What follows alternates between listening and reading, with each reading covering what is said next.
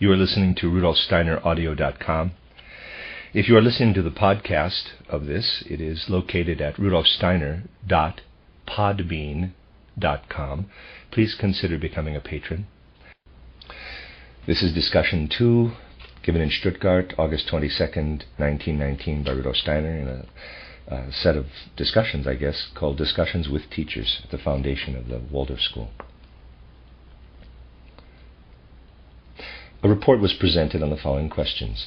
How is the sanguine temperament expressed in a child? How should it be treated? Rudolf Steiner. This is where our work of individuating begins. We have said that we can group children according to temperament. In the larger groups, children can all take part in the general drawing lesson, but by dividing them into smaller groups, we can personalize to some extent. How is this individuating to be done? Copying will play a very small part, but in drawing you will try to awaken an inner feeling for form so that you can individuate. You will be able to differentiate by your choice of forms by taking either forms with straight lines or those with more movement in them, by taking simpler, clearer forms or those with more detail. The more complicated, detailed forms would be used with the child whose temperament is sanguine. From the various temperaments you can learn how to teach each individual child. A report was given on the same theme. Rudolf Steiner. We must also be very clear that there is no need to make our methods rigidly uniform, because of course one teacher can do something that is very good in a particular case, and another teacher something else equally good. So we need not strive for pedantic uniformity. But on the other hand, we must adhere to certain important principles which must be thoroughly comprehended. The question about whether a sanguine child is difficult or easy to handle is very important. You must form your own opinion about this, and you must be very clear. For example, suppose you have to teach or explain something to a sanguine child. The child has taken it in, but after some time you notice that the child has lost interest. Attention is turned to something else. In this way the child's progress is hindered.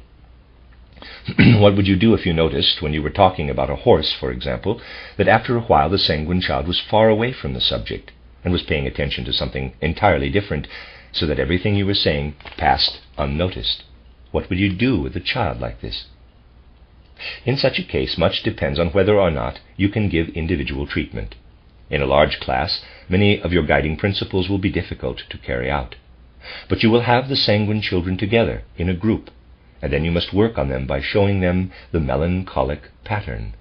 If there is something wrong in the sanguine group, turn to the melancholic group, and then bring the melancholic temperament into play, so that it acts as an antidote to the other. In teaching large numbers, you must pay great attention to this.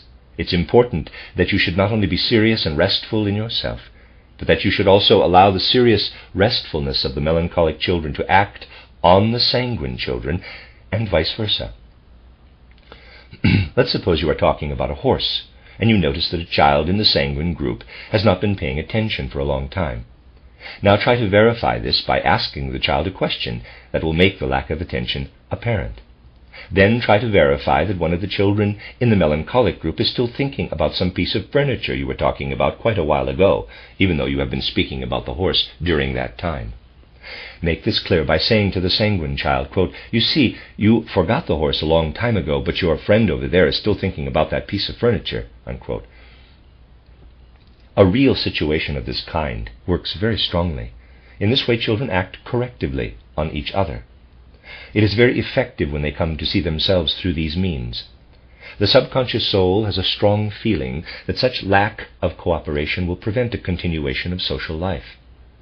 You must make good use of this unconscious element in the soul, because teaching large numbers of children can be an excellent way to progress, even if you let your pupils wear off each other's let me read that again.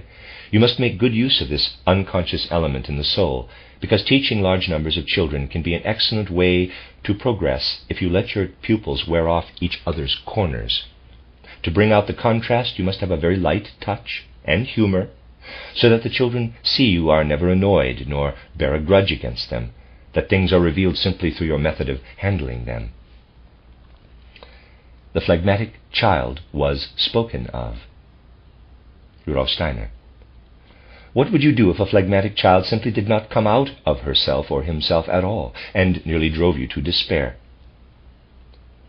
Suggestions were presented for the treatment of temperaments from the musical perspective and by relating them to Bible history. Phlegmatics, harmonium and piano, harmony, choral singing, the Gospel of Matthew variety. Sanguines, wind instruments, melody, whole orchestra, the Gospel of Luke, inwardness of soul.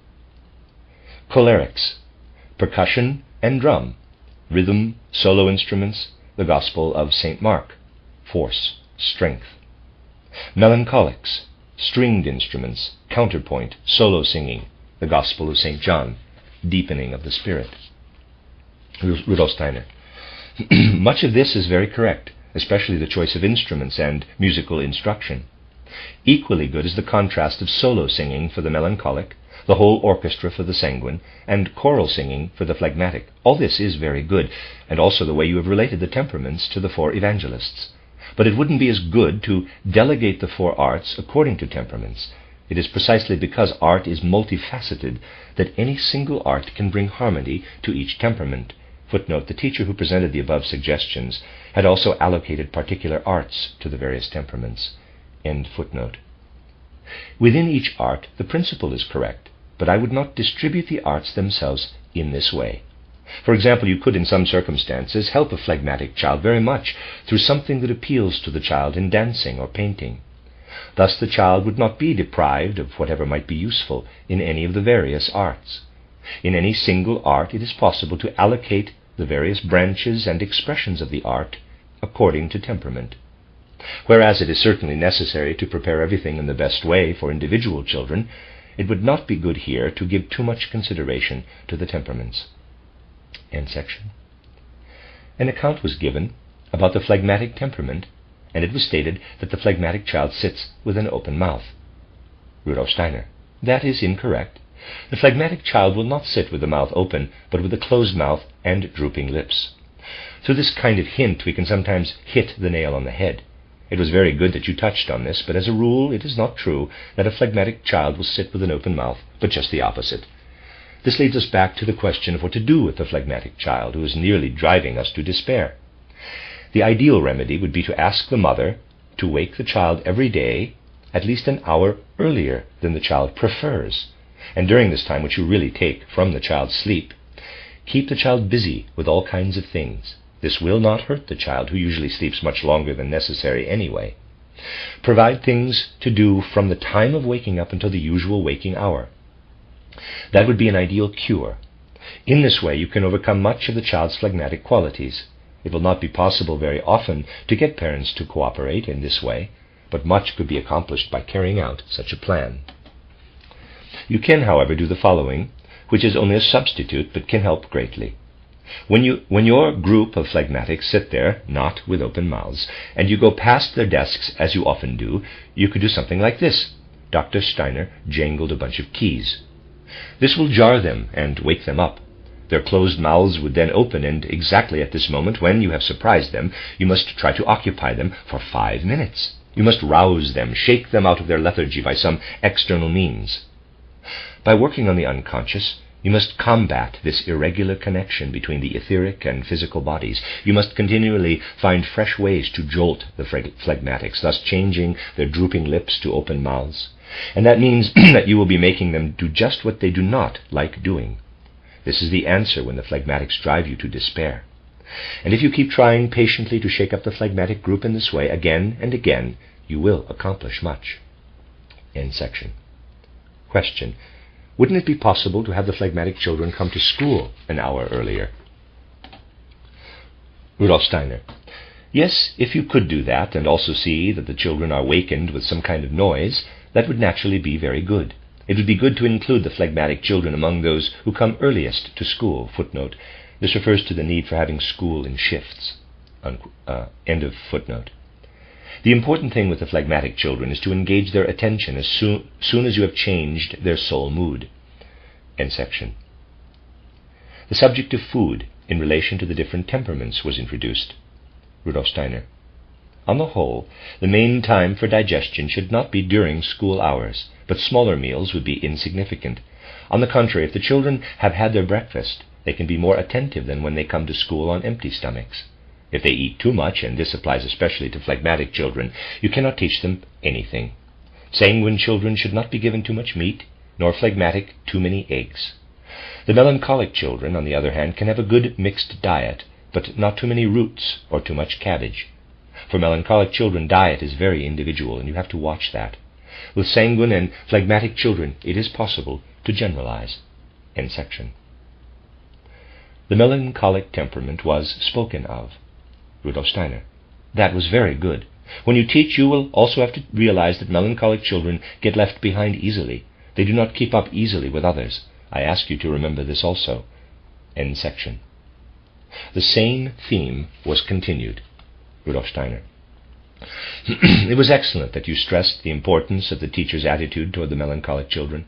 Moreover, they are slow in the birth of the etheric body, which otherwise becomes free during the change of teeth. Therefore, these children have a greater aptitude for imitation. If they have become fond of you, everything you do in front of them will make a lasting impression on them. You must use the fact that they retain the principle of imitation longer than others. End section. A further report on the melancholic temperament. Rudolf Steiner.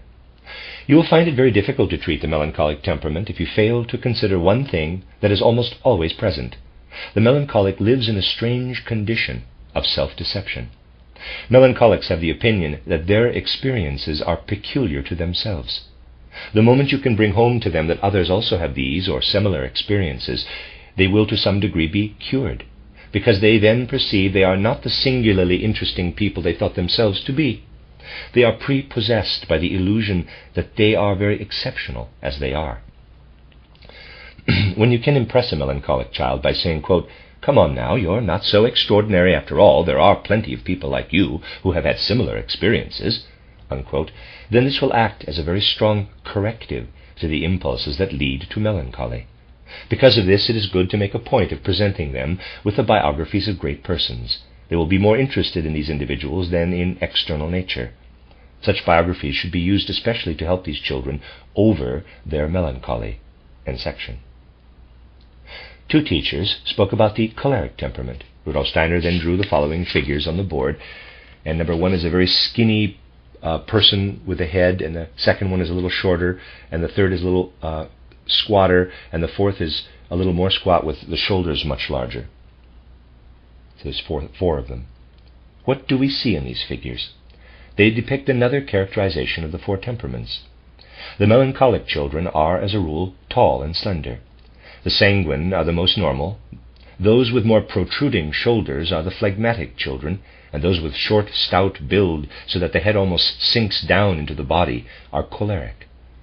Both Michelangelo and Beethoven have a combination of melancholic and choleric temperaments. Please remember particularly that when we are dealing with the temperament of a child, as teachers we should not assume that a certain temperament is a fault to be overcome.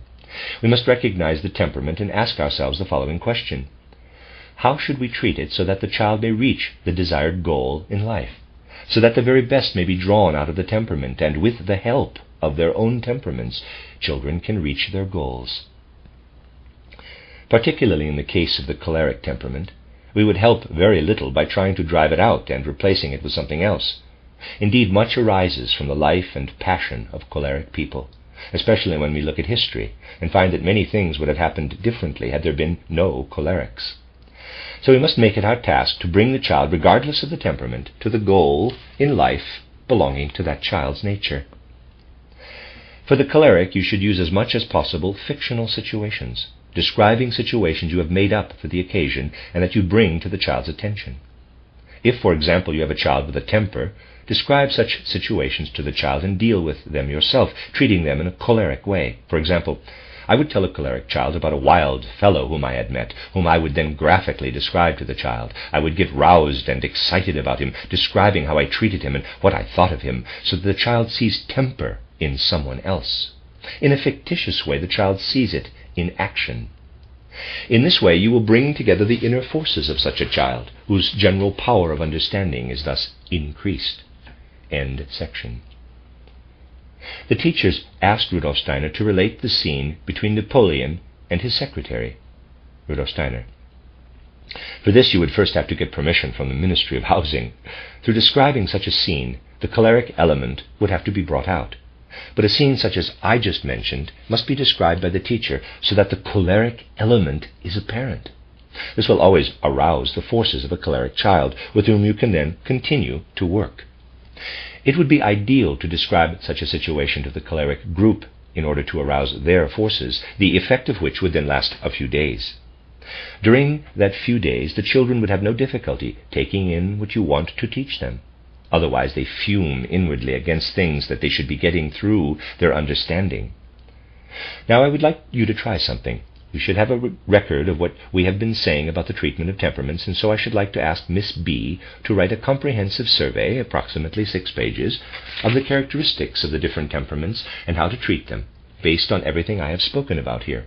Also, I will ask Mrs. E to imagine she has 2 groups of children in front of her, sanguine and melancholic, and then in a kind of drawing lesson, to use simple designs, varied according to sanguine and melancholic children. I will ask Mr. T to do the same thing with drawings for phlegmatic and choleric children, and please bring these tomorrow when you have prepared them. Then I will ask, let us say, Miss A, Miss D, and Mr. R to deal with a problem. Imagine that you have to tell the same fairy tale twice, not twice in the same way, but clothed in different sentences, and so on. The first time pay more attention to the sanguine, and the second time to the melancholic children, so that both get something from it. Then I ask that perhaps Mr. M and Mr. L work at the difficult task of giving 2 separate descriptions of an animal or animal species, first for the cholerics and then for the phlegmatics. And I will ask Mr. O, Mr. N, and perhaps with the help of Mr. U, to solve the problem of how to consider the 4 temperaments in arithmetic. When you consider something like the temperaments in working out your lessons, you must remember above all that the human being is constantly becoming, always changing and developing.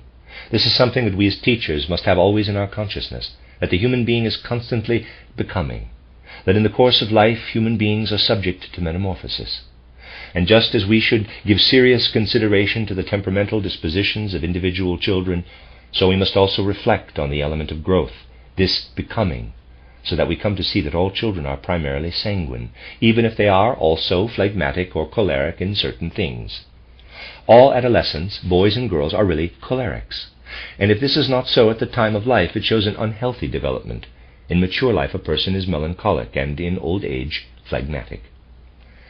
This again sheds some light on the question of temperaments, because here you have something particularly necessary to remember at the present time. In our day, we love to make fixed, sharply defined concepts. In reality, however, everything is interwoven, so that even while you are saying that a person is made up of head, breast, and limb organizations, you must be clear that these 3 really interpenetrate one another. Thus a choleric child is only mostly choleric, a sanguine mostly sanguine, and so on. Only at the age of adolescence can one become completely choleric. Some people remain adolescents till they die, because they preserve this age of adolescence within themselves throughout life. Nero and Napoleon never outgrew the age of youth. This shows us how qualities that follow each other during growth can still, through further change, permeate each other again. What is the poet's productivity actually based on, or indeed any spiritually creative power? How does it happen that a man, for example, can become a poet? It is because he has preserved throughout his whole life certain qualities that belong to early manhood and childhood. The more such a man remains young, in quotes, the more aptitude he has for the art of poetry. In a certain sense, it is a misfortune for such a man if he cannot keep some of the qualities of youth, something of a sanguine nature his whole life through.